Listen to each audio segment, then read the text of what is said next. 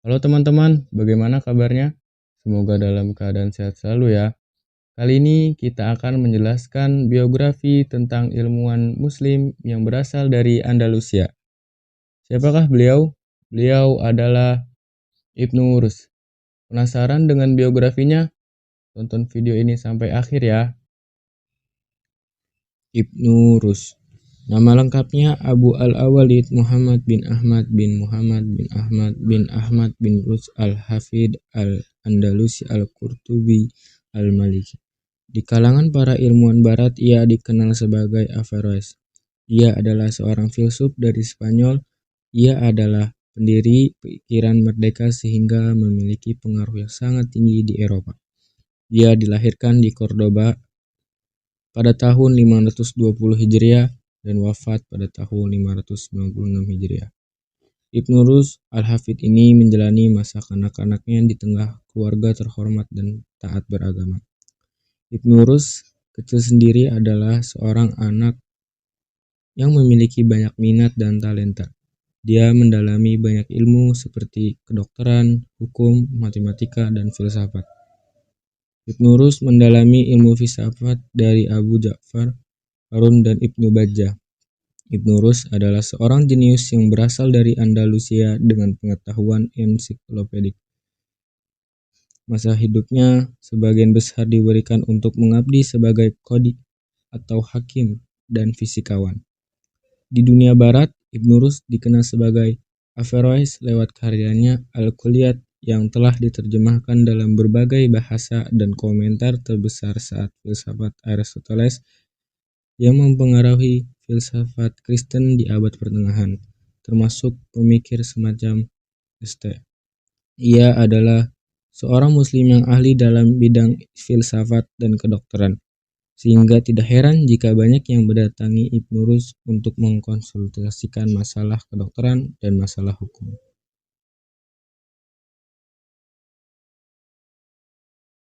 Sejak pertemuan bersejarah itu, keakraban Ibnu Rus dengan raja dan kalangan istana bertambah kuat. Apalagi setelah Raja Abu Yakub berkeinginan untuk menugaskan Ibnu Rus lewat Ibnu Tufail menjadi komentator buku-buku filsafat karya Aristoteles. Penugasan ini dikarenakan Raja Abu Yakub sangat gundah karena beliau sangat kesulitan memahami ungkapan Aristoteles lewat buku-buku terjemahan yang tersedia. Karena itu, ia mendapatkan kesempatan untuk tampil sebagai filosof muda yang akan berperan dalam komunitas intelektual di Andalus. Walaupun posisi keilmuan Ibnu Rus belum sejajar dengan Ibnu Tufail.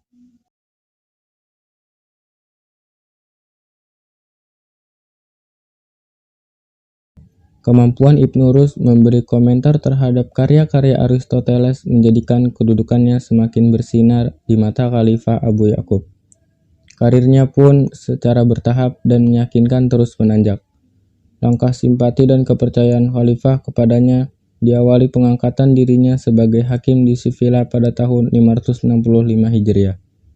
Di sini Ibnu Rus mulai memberi komentar terhadap karya-karya Aristoteles yang berjudul Al-Hayawan. Di Sivilla, beliau juga dapat menyelesaikan syarah kitab Al-Tabi.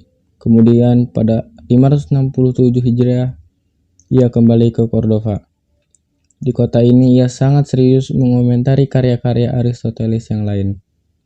Sebagai konsekuensi dari jabatan sebagai hakim, ia harus berkeliling dari suatu daerah lain dan dari satu kota ke kota lain.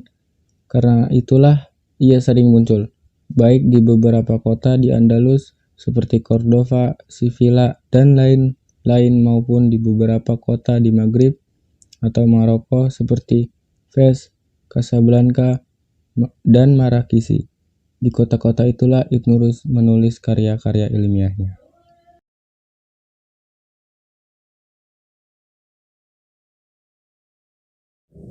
Aneka pendapat muncul dari kalangan sejarawan terhadap malapetaka yang menimpa Ibnu Rus pada ujung usianya.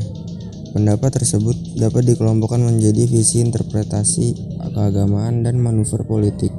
Ada dua pendapat yang paling kuat, yakni satu, pendapat menyatakan malapetaka itu menimpa Ibnu Rus karena dicurigai terlalu royal terhadap gubernur wali Cordova Abu Yahya. Khalifah khawatir adiknya itu dengan dukungan Ibnu Rus punya ambisi untuk merebut jabatan khalifah. Pendapat lain menyatakan karena khalifah tidak suka terhadap perilaku Ibnu Rus yang ingin mengembangkan etika egalitarianisme dalam kehidupan sosial dan kultural di Andalus.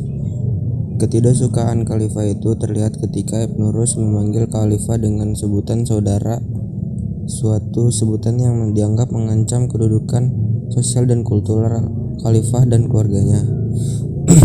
Sumber lain menyatakan bahwa malapetaka itu menimpa Ibnu Rus karena ia menulis dalam beberapa buku filsafatnya bahwa bintang itu adalah salah satu Tuhan. Tanpa ada upaya dari para pengkritiknya untuk membaca karya Ibnu Rus secara utuh dan komprehensif, akibatnya dia dikafirkan oleh para fuqaha. Tetapi arus besar opini publik ketika itu sudah memvonis Ibnu Rus menyimpang dari teologi Sunni.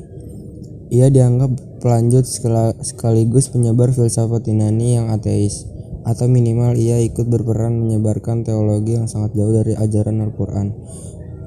Kondisi ini memaksa Khalifah Al-Mansur untuk melakukan klarifikasi dengan meneliti karya-karya Ibnu Rus yang dianggap menyimpang, untuk dimintai pertimbangan kepada para fuqaha dan para tokoh masyarakat Cordova.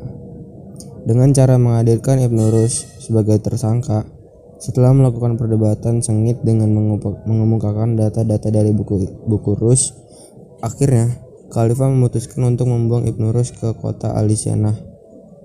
Kota ini dipilih karena diduga Ibnu Rus adalah keturunan Yahudi.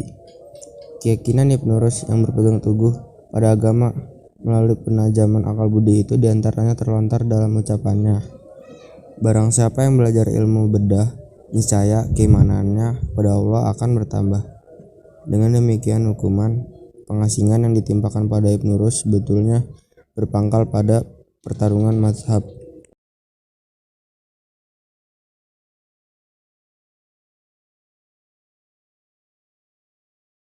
Tahun 1169 sampai 1195 Masehi, ia menulis sejumlah komentar terhadap karya-karya Aristoteles seperti De Organon, De Anima, Fisika Metafisika, De Partibus Animalia, Parna Naturalisi, Methodologica, Retorik, De Nicomachean, Etik. Dengan kecerdasannya, komentarnya seolah memikirkan kembali pemikiran Aristoteles secara lengkap. Ini sangat berpengaruh kepada pemikiran kaum Yahudi di kemudian hari, dan membuka jalan Ibnu Rus mengunjungi Eropa untuk mempelajari warisan Aristoteles dan filsafat Yunani. Di bidang agama, Ibnu Rus menghasilkan sejumlah karya seperti Tahafut, kitab yang menjawab serangan Abu Hamid Al-Ghazali terhadap para filosof terdahulu. Beliau ahli ilmu agama dan filsafat, dianggap cukup berhasil mempertemukan hikmah filsafat dengan syariat agama dan wahyu.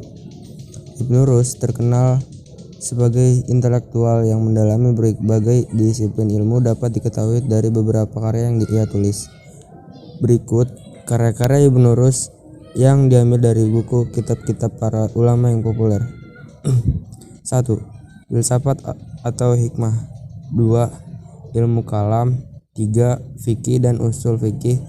4. Ilmu falak atau astronomi. 5. Nahwu. 6. Kedokteran. Terima kasih. Wassalamualaikum warahmatullahi wabarakatuh.